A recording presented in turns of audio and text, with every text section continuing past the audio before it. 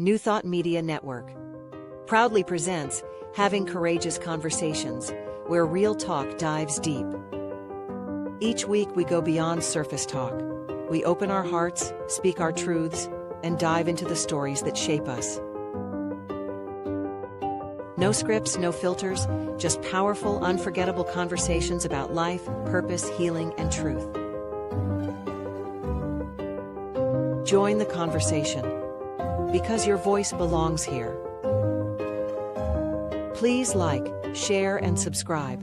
Check out our YouTube channel at Having Courageous Conversations or email us at yourshowyourvoice@gmail.com. Now, let's have a courageous conversation.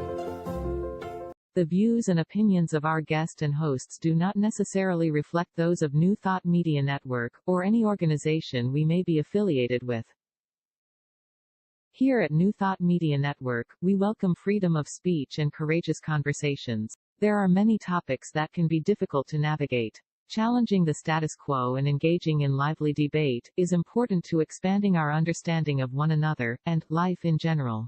Creating a peaceful world doesn't happen because no one disagrees, it happens from a willingness to understanding one another. In our programming, we strive to expand consciousness and assist people in creating remarkable lives. Your comments are welcome at info@ntmedia.org. Good afternoon, and welcome to Having Courageous Conversations. Courageous Conversations is a heartfelt, spirit-led online series where we explore the transformative power of honest dialogue. Rooted in authenticity, compassion, and spiritual awareness, Having Courageous Conversations brings together diverse voices to discuss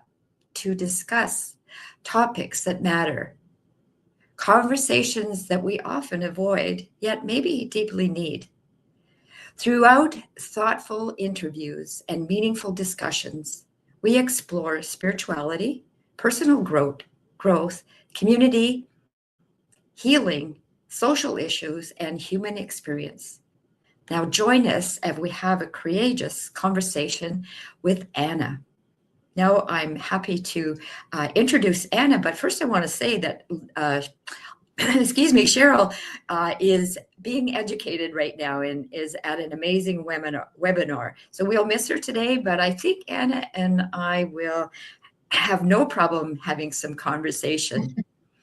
Anna has been involved with Unity for, I believe, over 30 years. And I've experienced Anna through Unity Canada, where she is the communications and connections coordinator. She helps to strengthen connections that unite Unity communities across Canada. I think that's so important. Now I'm going to read a little bit about what Anna's here to talk to us about today, because it just really struck my heart. She is a student of New Thought for 30 years. She brings both grounded love of Unity teachings and honest curiosity about what it means to live them. Interesting. You can study them, but how do you live them? She is delighted to be back at Courageous Conversation, this time sharing her thoughts on the reality of being a vessel of love and light. And what does it actually look like to walk the spiritual path and still swear when you smack your head on the cupboard door? Oh, I love this. Anna's conversation is an honest, warm exploration of sometimes messy, always sacred journey of being both fully human and fully divine. And now I'm going to stop and welcome Anna. Thank you for saying yes and being back with us today. Absolutely. How would you like to start our dialogue? You go, girl. Well, like the intro right there, when you said about this time that we're having together, which is both being authentic and compassionate, there we have the beginnings of it right there. This fascinating journey of the both and, the human and the divine. It's just, I don't know, I found almost every time that I present to a Unity congregation or have these kinds of conversations, it's always about me trying to understand this beautiful intersection, this holding of this both. It's a challenge. It's a real challenge.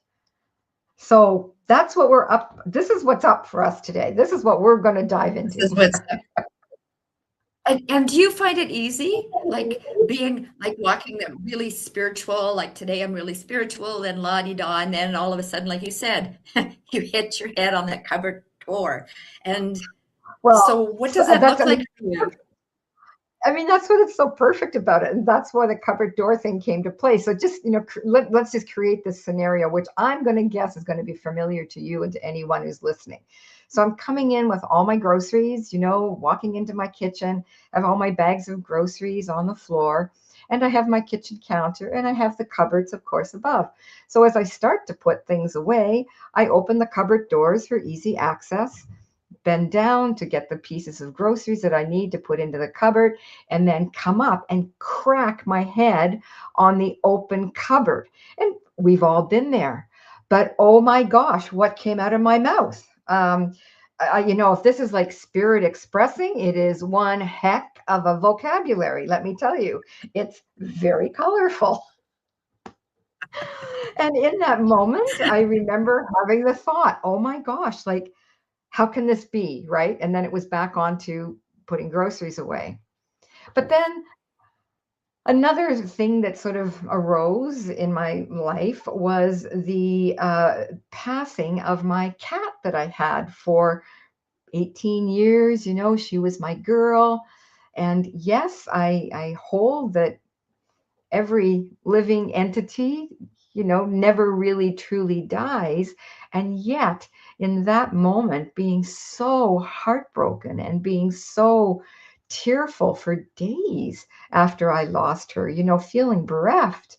It was, again, this very interesting noticing of trying to be in these two worlds where I was holding both of these.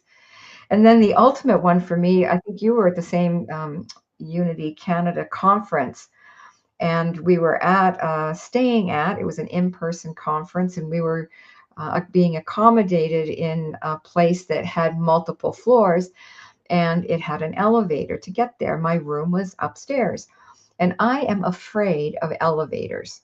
Really, like, I was super sticky being afraid of elevators and going in them.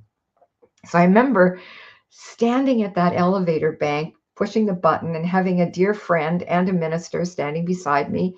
And she knew of my fear. And she said, if you can think about it and just recite the prayer for protection. She said, before you know it, you will have arrived at your floor and you're off, and all will be well. And I remember thinking, yeah, she's right. Yes. And I still took the stairs. There was no way I was going to get on the elevator.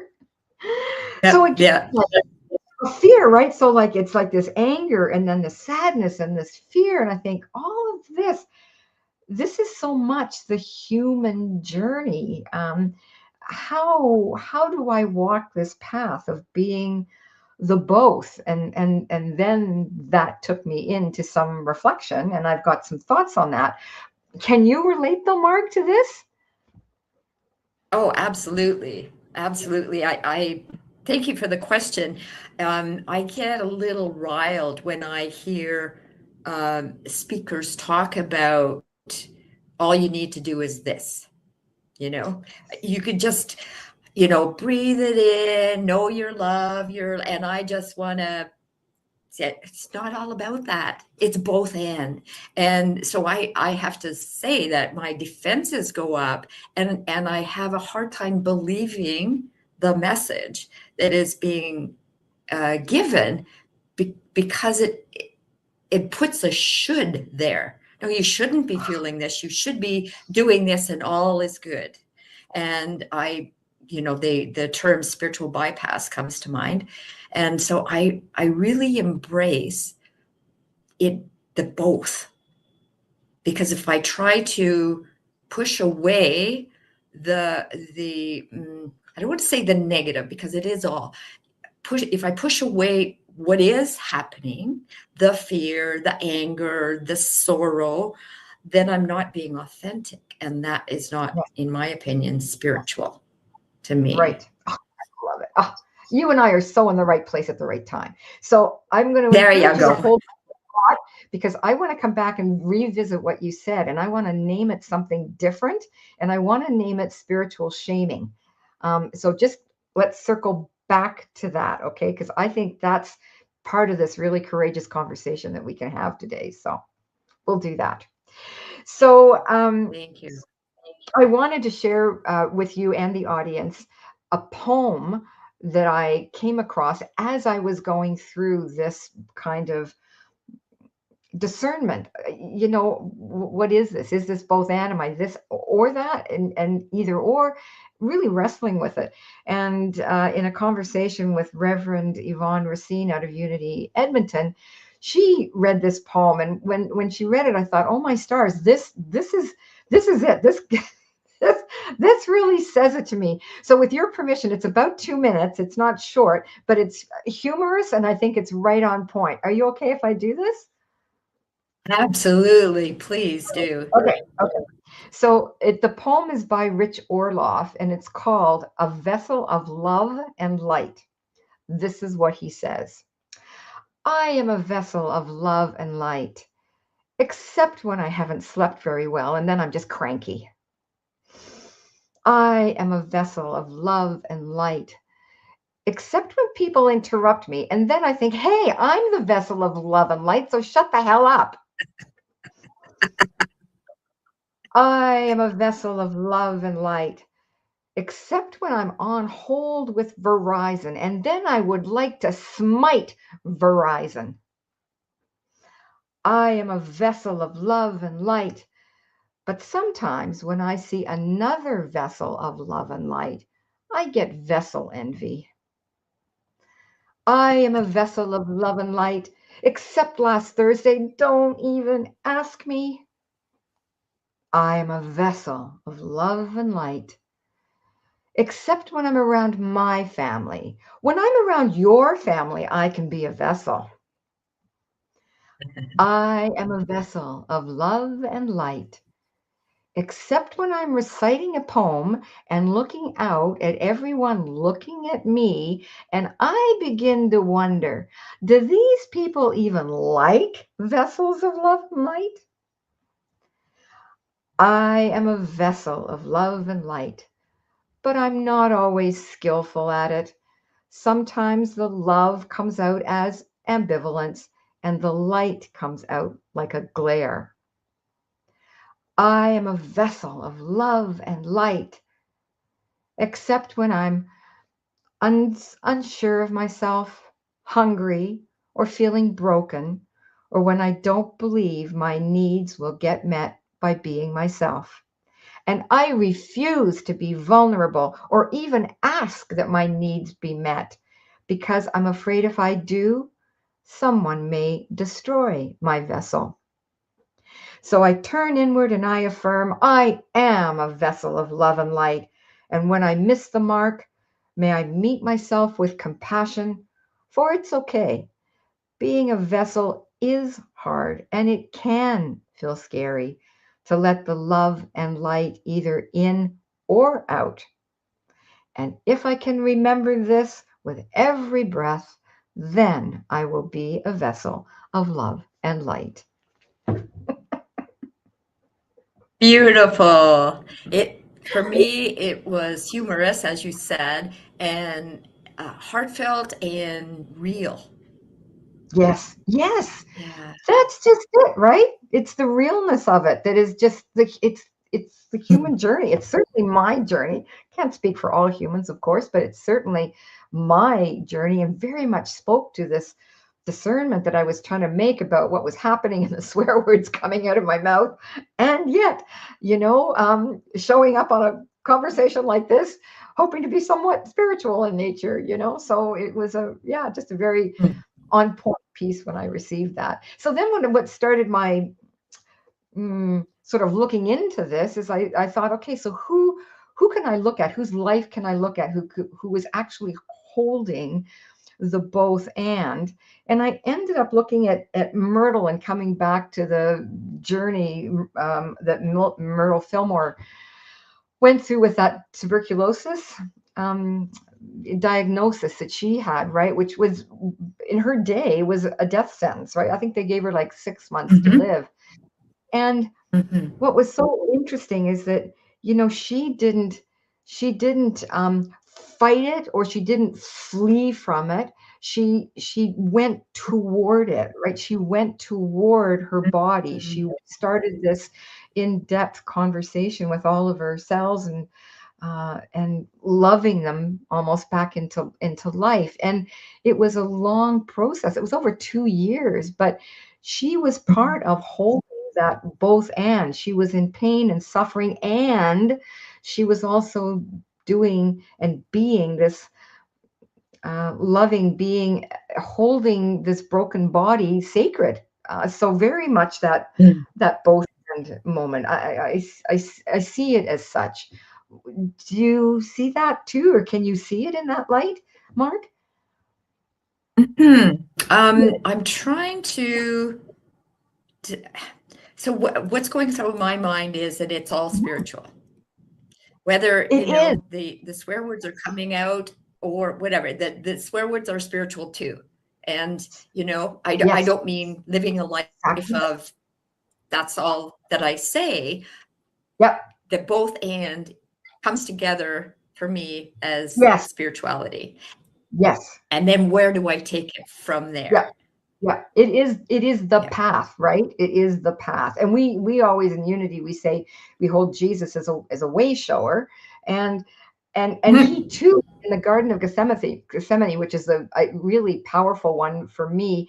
You know, he in that moment, that whole passage is so human. This is him saying, you know, take this cup from me, right? Like beam me up, Scotty, get me out of here. I don't want to go through what I now know I have to go through. And in the end, and you know, almost in the second breath, he's saying, but not my will, thine, right? So here you have this being who is both anguished and surrendered together again, right? Like again, it's this beautiful demonstration of this both and. So this is what's sort of been leading me into this understanding, Mark, that as I walk this path, the tension between those two is in fact the spiritual sacred path. Both are holy. Both are, you know, like yes, you say that too? Yes. Yeah. And I don't know that I've heard anybody say it quite as you have. And so now you've come to this oh, my screen just went black. Oh my gosh, but I'm back. So now that you've come to this awareness, this conclusion, you're done. Like you don't have to learn anymore, right? Yeah, if only. It gives me a framework though, and this goes back to what you started to say, and which I again thought about, and I realized when something else came up in a conversation I was having with somebody that was sounding a lot like this. We should be okay spending a certain amount of money because we believe in abundance, prosperity, right? An infinite, abundant universe. And it's my caution would be, I have to try and get this out because it's still a percolating thought, but my caution would be is even though we think we're expressing that from a good, knowledgeable, and spiritual place, it can sound like spiritual shaming.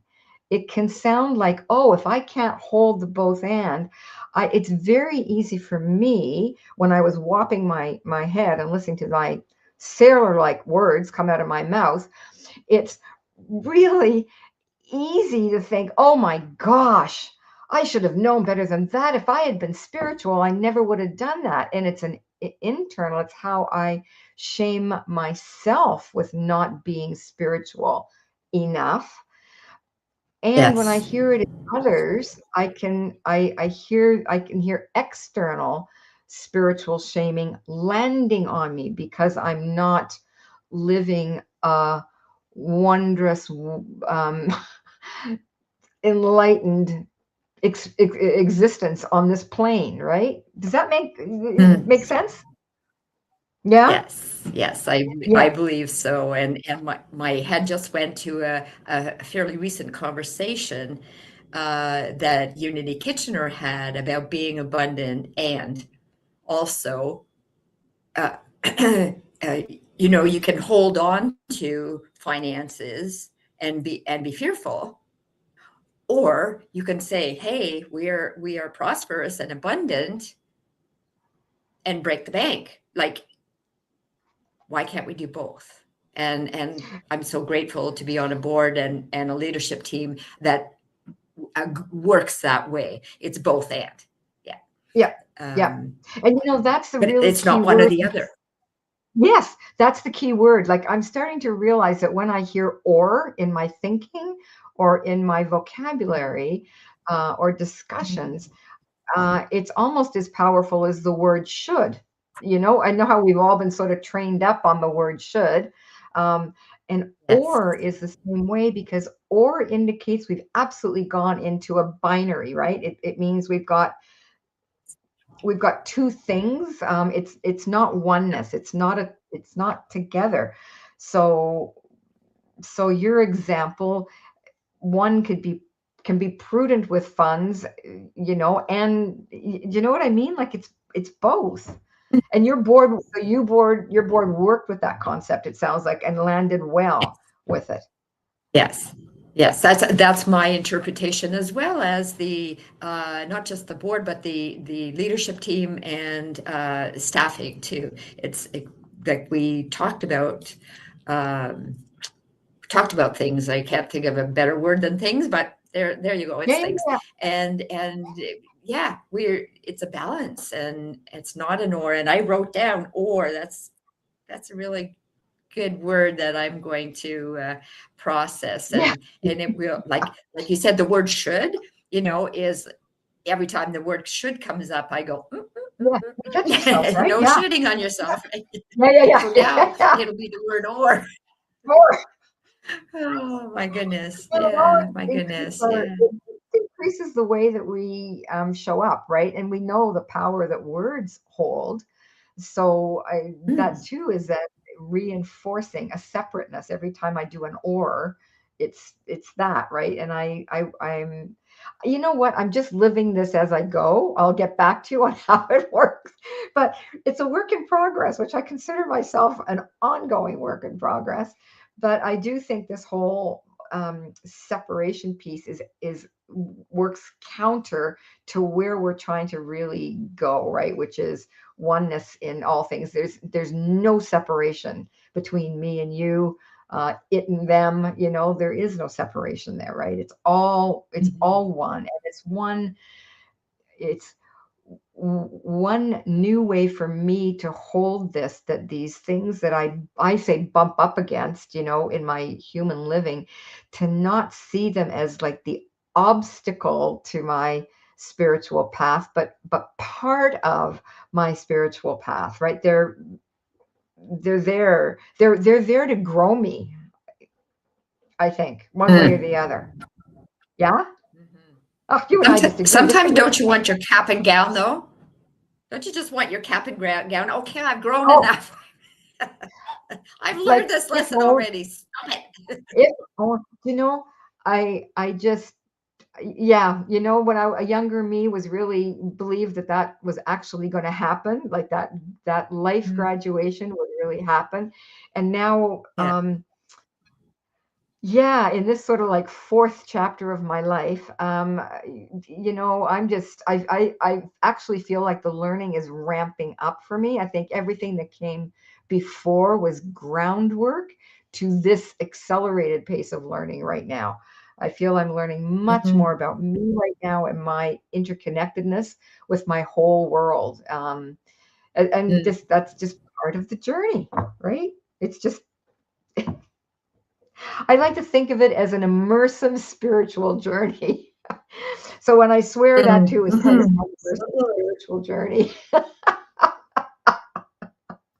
I'm all in. It's so interesting. It's so interesting. You know, people that are going to watch that and know me and hear what you're saying, they're going to go, "Oh, Marg, you're in the right place at the right time," because I'm known for expressing myself with a potty mouth sometimes. And even though I may not do it often, there are those that live in anticipation. Oh, wait, what's Marg going to say here? And so even the implication of what Marg might say, for me, this might sound weird, but is spiritual as well. And because it brings humor, it brings a smile to people's face. And, you know, do I say it sometimes in anger? Yes. But it's just this whole perception now that's been built up, and people just wait, okay, what's Marg going to say here? Or what's Marg going to imply? And there's this, you know, if it brightens somebody's day, if it makes somebody laugh, just the anticipation or the thought, to me, that can be spiritual as well. So we're almost at halfway, believe it or not. And I'm going to pose a question, then maybe we can come back to this. So different situations involve where we're all connected, but not everyone I face.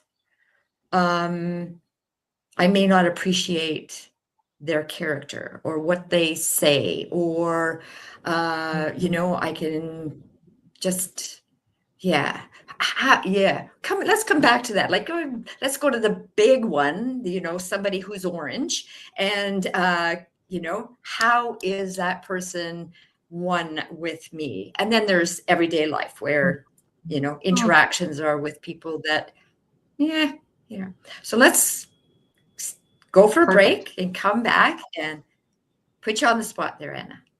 That'll be great. Love it. Okay. So Deja's going to take us away, and we'll have a commercial break for about 2 minutes, and then stay with us. And we're going to have more of Courageous Conversations. Having Courageous Conversations is proudly sponsored by Unity Kitchener. We are a welcoming spiritual community where open dialogue, personal growth, and authentic connection are encouraged. Join us Sundays at 10:30 a.m. Eastern for inspiration, reflection, and meaningful conversation. Learn more at unitykitchener.org. Unity Kitchener, a positive path for spiritual living.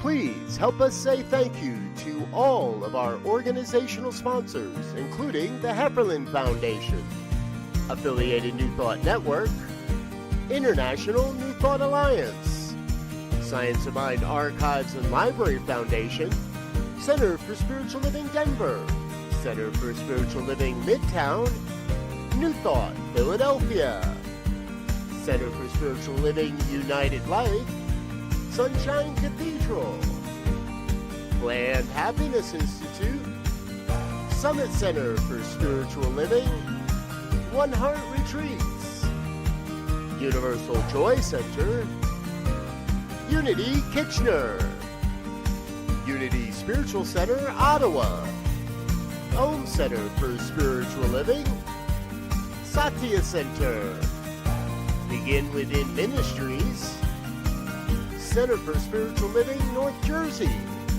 Unity of Savannah, and the Center for Spiritual Living, Seattle, as well as all of our individual donors. On behalf of New Thought Media Network, thank you, and please like, share, and subscribe. New Thought Media Network, come be you.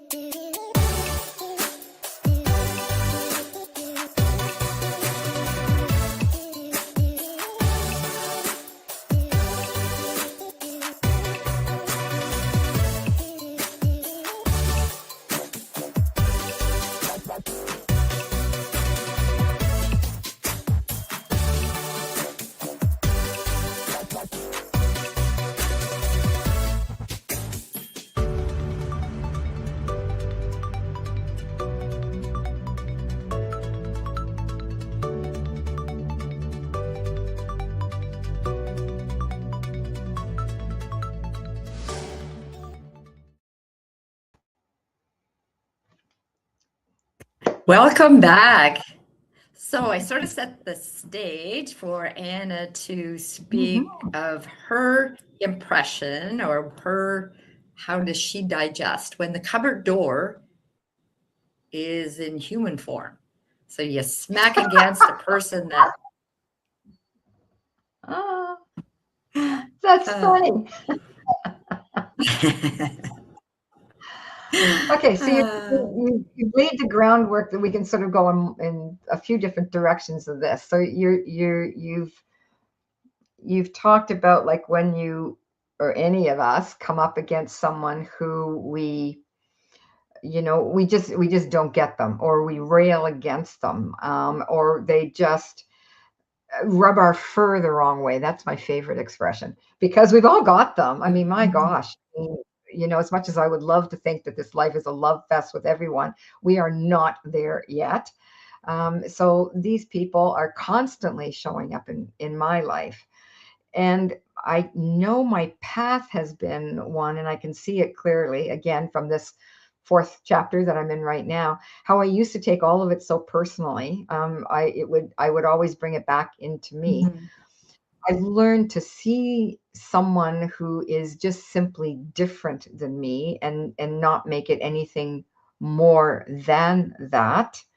And I truly believe that the triggering aspect of that for me is because there is some element there that I do need to look at. It's for me. That's my like a sort of a worldview that I bring in. If it's showing up in any way, shape, or form, it's for me.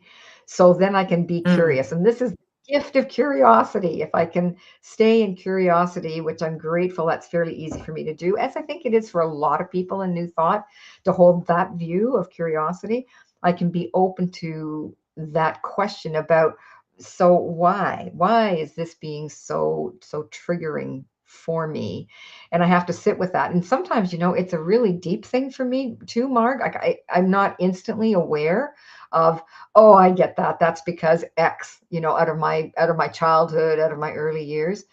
But I in time can almost always get to the truth that's there for me that I need to look at. So that's one, I'd say, exploration that I would do. Does that resonate with you in some way?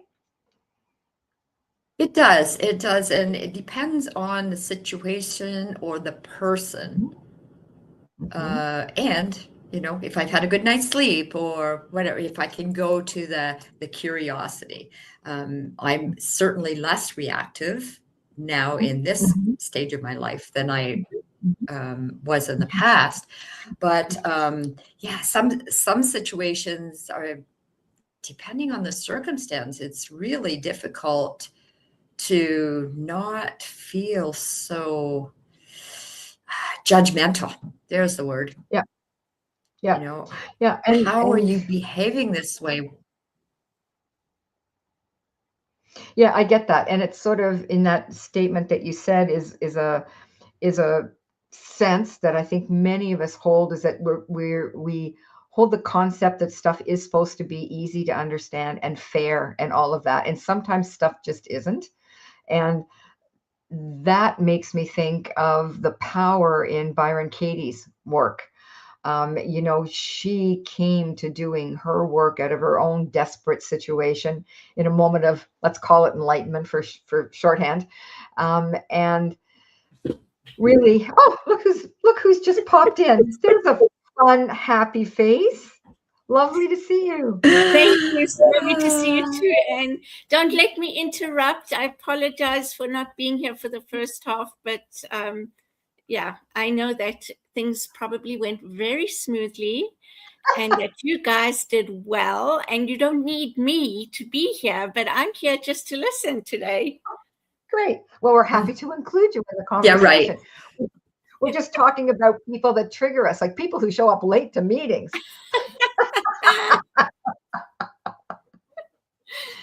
And so I was just we're just exploring that, and I was just saying for me, it's not easy, but I've moved it from being a personal thing into understanding that yeah, it doesn't have to be easy, but there's something in this for me. And so I ride that wave. And the work of Byron Katie for me has been particularly helpful because her premise is when you fight reality, you lose. And it sounds kind of brutal to the point. And there's a lot of heft in that. There's a lot of weight in that because reality has already happened. You know, there's no change of that, which has just already happened. And when we rail against it, that's your point about judging it. We judge it, we rail against it, we call it wrong, we call it it shouldn't be, we call it by many different names.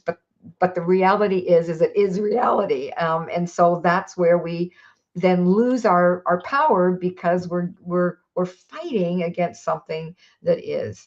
And there's a lot of things maybe we don't like in the world and on the world stage. And yet, if I follow her chain of thinking, which I believe to be worthy of following, is we can never judge whether something ultimately is ever bad or good. And then, Marg, we come back to, there's our lovely word or, right? Right away, we see binary. There we get back into the or. And the reality is often stuff holds both what we would call good and bad. I see world leaders sometimes behaving in ways that I could judge and name bad in lots of different ways. And the good out of that helps me grow because I say, I am not that. I'm able to get clarity on who I am, who my country is, my province is. I am not that, right? So this is then could be labeled good. So for me, it's hard to take that stance of good, bad, label. But don't misunderstand me. Do I sit here with a halo because I never judge? Oh, yes, that's me. No. I walk down the street sometimes and I'm muttering all these little thoughts to myself and I'm thinking, okay, Anna, tune-up time here. You think you don't judge? Just listen to what's going on up there. It's humbling. You remind me of Martha Creek. Martha Creek will say, oh yeah, well, tell your face. Yeah. You think you're doing this? Oh yeah, okay, tell your face. Yeah, it's so true. I mean, really. And I mean, and again, I think many of the people that I've encountered in New Thought over these many years, there is a humility, there is a humbleness that is part of their nature because that tends to be our makeup, right? Which goes hand in hand with an unlocked position about something, which is again the mate to our curiosity, right? We're not locked into a position. We stay more open. Generally speaking, this has been my experience of people who are the New Thought, the people that embrace New Thought. So does that in any way, or in what way does it address your thought, Marg? You had the thought. Yes, and so yes. Cheryl's probably thinking, okay, but Marg is in the background going, but. So, being an active bystander. So you see a situation, a person abusing someone. And so we could have this, thinking of, okay, what's my lesson here to learn? And when do you jump in? Where does the judgment go? Can you talk to that? It doesn't even have to be an abusive situation. It's just something that I would suggest that there's no other word but wrong. It's just wrong. So take us down that road, if you will. Okay, I will.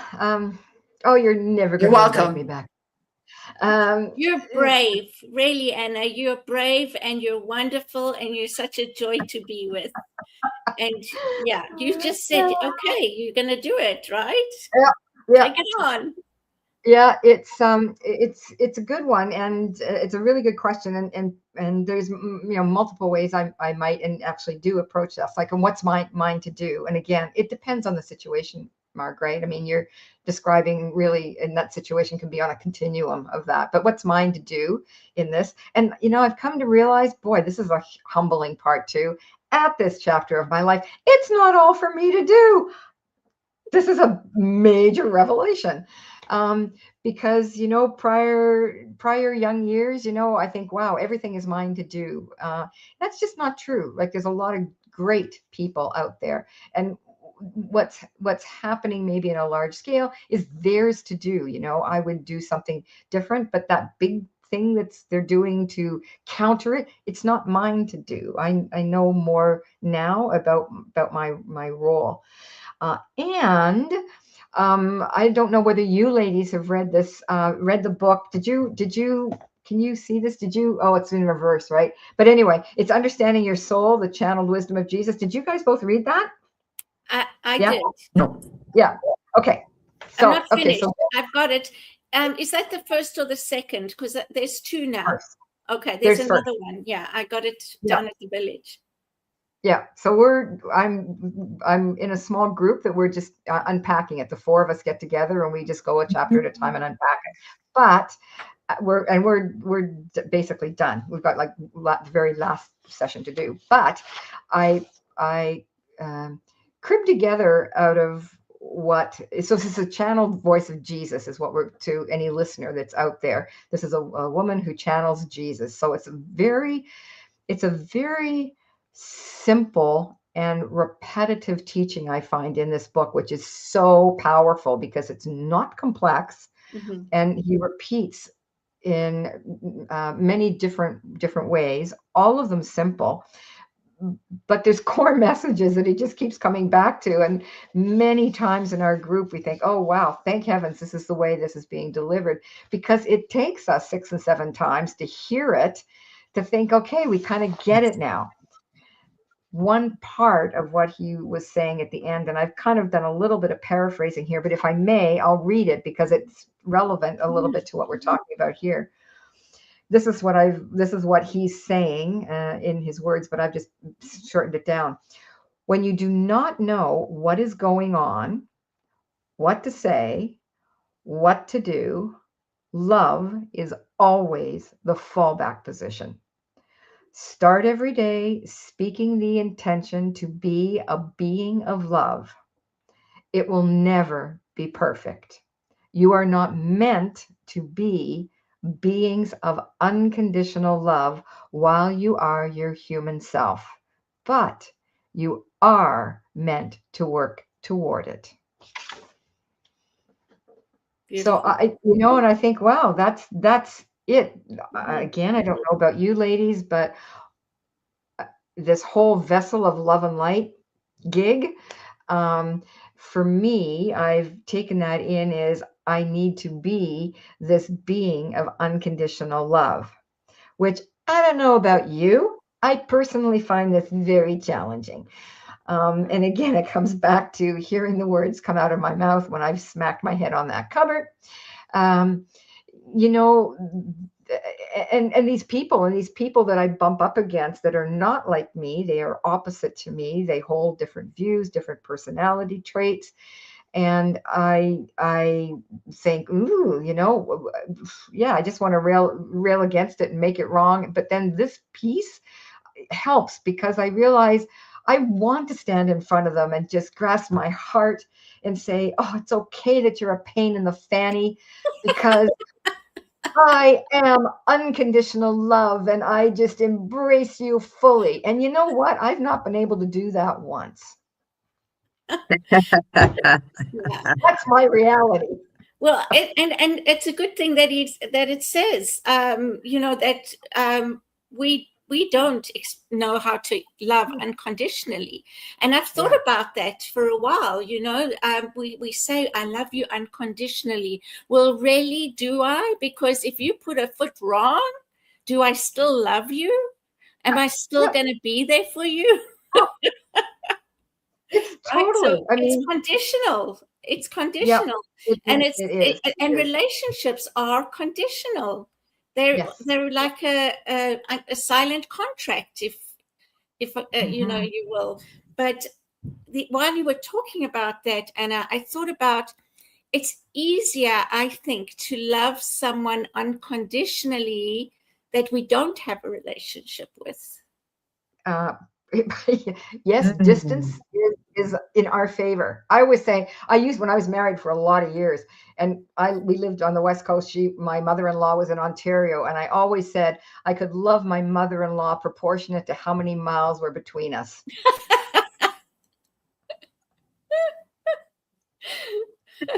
And It was in my what I'm home, it would thinking have been a about is, lot. that's hilarious. And what I'm thinking of too is it's okay to have boundaries, right? Yes, So yes, having someone yes. in your life, and yes, I'll take you here, you know, or no, I don't have to judge, but I know where I want to be and who I want to be with in my life. And right now, you're not fitting into where I can feel whole. And so I think for me, it's okay to be a spiritual person and to set boundaries for myself. Yeah. And I think boundaries. I'm still learning this one and will until I'm out of here. And I'm seeing more and more, learning more and more that how boundaries are self-love. Yeah. Right. This is a very loving way to treat self. And I think that's a key thing, because as we've all heard a gazillion times, again, you can't love others any more than you truly love, honor, and hold yourself sacred, right? You can't do that for others if you can't do it for self. And boundaries, I think, are an essential ingredient of self-love, right? Like a self-worth, self-value. So yeah, I think they I can agree. also be boundaries can also be loving to for when you're setting boundaries, they may not see it and they may not feel it, the person that you might be setting boundaries with, but sometimes what you're doing is you're loving them by doing that. Mhm. You're not, you know, because we can also what's the word, you know, have people rely on us. There's, how do you say that, you know, have people rely on us, and we don't set boundaries, and we keep giving, and we keep doing this, and we keep doing that. And is that healthy for them? And is that healthy for me? Well, that's the parenting path right there, Cheryl, is that, right? Loving boundaries is what one very quickly has to learn in parenting, isn't it? Mm-hmm. Yeah. And this goes back to the close relationship stuff, right? Exactly.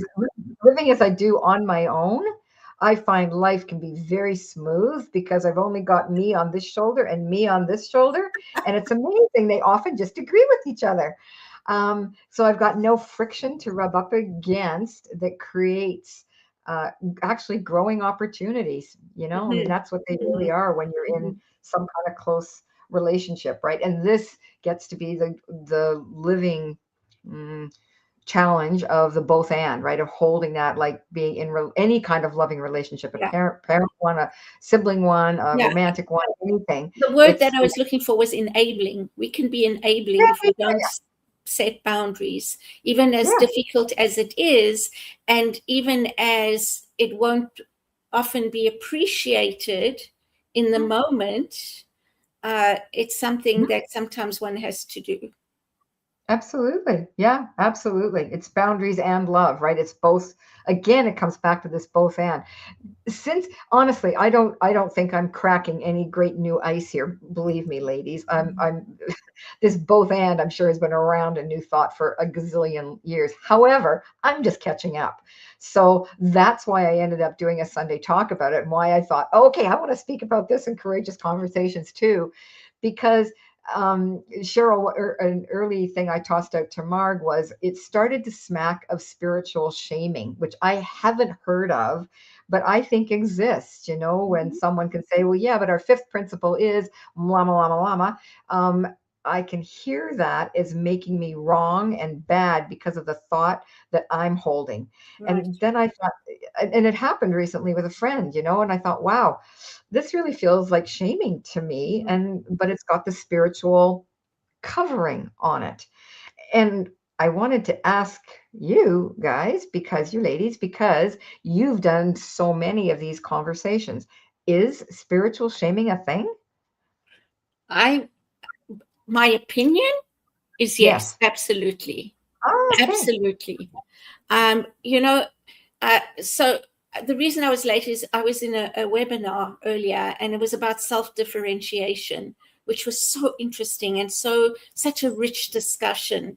But one of the things that we spoke about, and that I've also been sort of writing a little bit about, is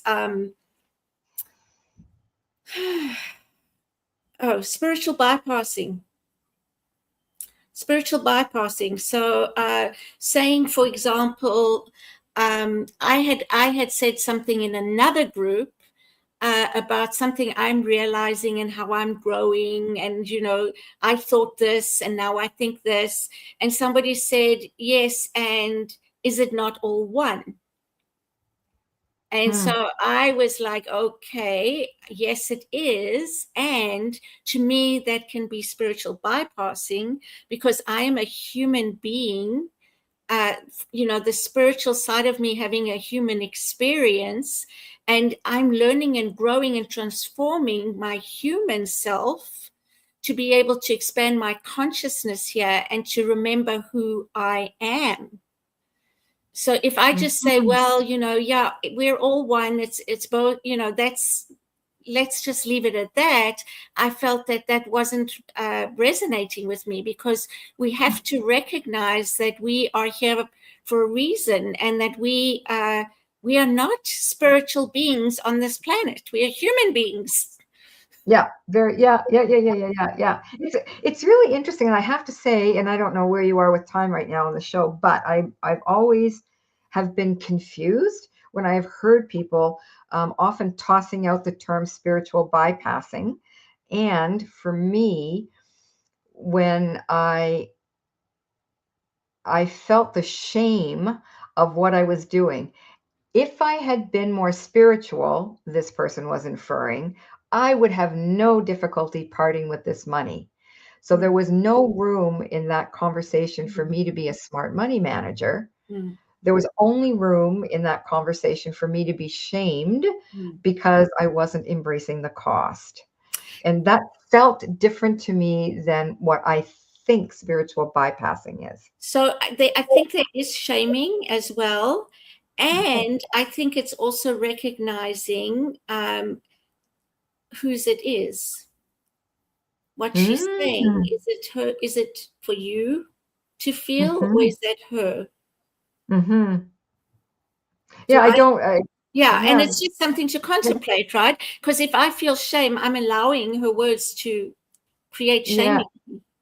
Yes, true. Oh no, I mean, and this goes back to what Marg and I were saying, that when something is triggering, I as much as possible move into curiosity. What's here for me? Because Beautiful. anything that's showing up for me, I believe is mine then to work on.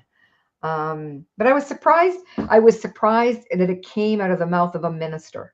I thought, I don't know that I'm really comfortable with that. It just sort of feels like, Yeah, and ministers are human beings too. I know. And that is such a valid statement. And this is something that has been part of this learning. And I think that's been how I've held other positions as pure.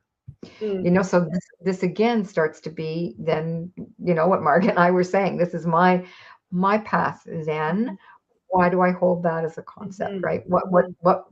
How did that arrive? And how can I unpack it? Because the compassion part for me always is, if I'm going through all of this stuff, sure as shooting, you are, Marg is, we all are, right? None of us get to go on a grassy little ride of smooth. smooth. We just don't. That's just not. But that's not here. I've never grown an inch out of a smooth circumstance ever. Absolutely. It's always been heartache, angst, something that pushes me into that next thing that I need to learn about, embrace, understand, or whatever. Yeah, absolutely. Have we solved all the world's problems on this call, ladies? No, but We certainly did. What I said, what I like is, you're saying you're open and curious, and I think for me, that's part of the journey: being open and curious, and being willing to change my mind about something. Yep. Yeah, totally. Yeah. So those are the things. And authentic. And authentic, honest, and authentic with ourselves. Yeah. If not, with ourselves. Yeah. I think that's really. What I was thinking of, Cheryl, was when I spoke about boundaries, and I didn't bring it up about boundaries with this in mind. But Cheryl sent me a text earlier and said, "Hey, Marg, are you able to do the show on your own? Because this is what's come up for me." And I said, "I'll get back to you. Let me just process it." And I believe Cheryl was able to ask me that question because she knows that I have set a boundary. Don't know if that's the right word, that you can ask me anything and I will always say yes or no, because that's where I am in my life right now. And so I was able to process it, knowing Cheryl knows who I am, knowing that I'm at a place where I can process things and go, okay, yeah, I'm good to be here on my own. Do I think it's better with two? Probably, but yeah, Anna and I will do it, and it's all good. Pardon me? I said sometimes, maybe not always. But for facilitation, it was just that whole process of me being me, presenting as me authentically when I can. I think allowed this whole situation to come to be, and we are 2 minutes away from saying goodbye for today. Anna, quick, how would you like to end the show today? Any last thoughts? I would just say, stay curious, stay loving. Yeah. Curious and loving. Wow. Yeah. Shorter than I thought, but awesome. And Cheryl, you came in a little bit later, and so you look like you're just revving to go now. I hope I didn't interrupt the conversation and go off on a different, but it was great, the part that I was here, and I'll certainly listen to the other part. So for me, I think it's also what I liked about what you said was, what's this about for me? I think asking that question and not always assuming and looking outside for an answer, but going within. I'm going to take away the word "or" and process that now. Be careful, Cheryl, because I'm going to be going, or instead of should. We're going to eliminate the word or I'm going to eliminate the word "or" now. It's been just so. It's been great to have you here, Anna. I look forward to seeing you in other adventures, exploring our love of Unity as well as dark chocolate. And stay tuned from today, going through the summer, we will be having courageous conversations, past recordings. So stay tuned for that. And if you would like to see this episode again or any other episode, you can find us on our website, unitykitchener.org. Yeah, .org. Cheryl? Or YouTube. Help. Yep. Or YouTube. Yes. It's been awesome to have you here today. And subscribe. Yes. Thank you, Anna. Don't go away. It's been wonderful. Bye for now. It has been great. Bye, ladies.